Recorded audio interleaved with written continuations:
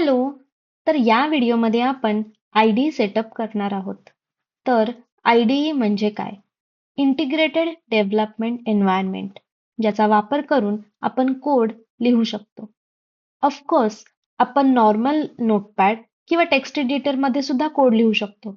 But जेवढा smart code editor आपण use करू, तेवढा जास्त फास्ट आणि बेटर कोड आपण लिहू शकतो. आणि मला वाटतं VS कोड हा बेस्ट कोड एडिटर आहे.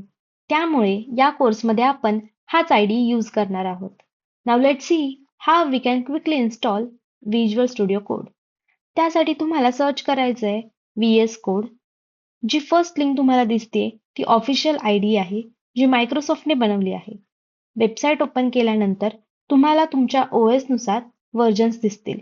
बट एक कॉमन कन्फ्युजन असतं. ते म्हणजे VS कोड आणि visual studio. So let's search visual studio instead of VS code.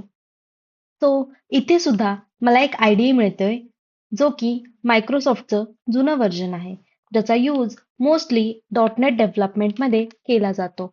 So please make sure to download VS Code, not to download Visual Studio.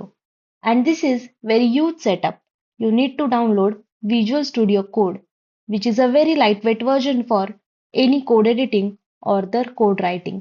Alright, जसे तुम्ही VS Code install कराल, फक्त next आणि terms and conditions accept करून तुम्हाला next करायचं आहे.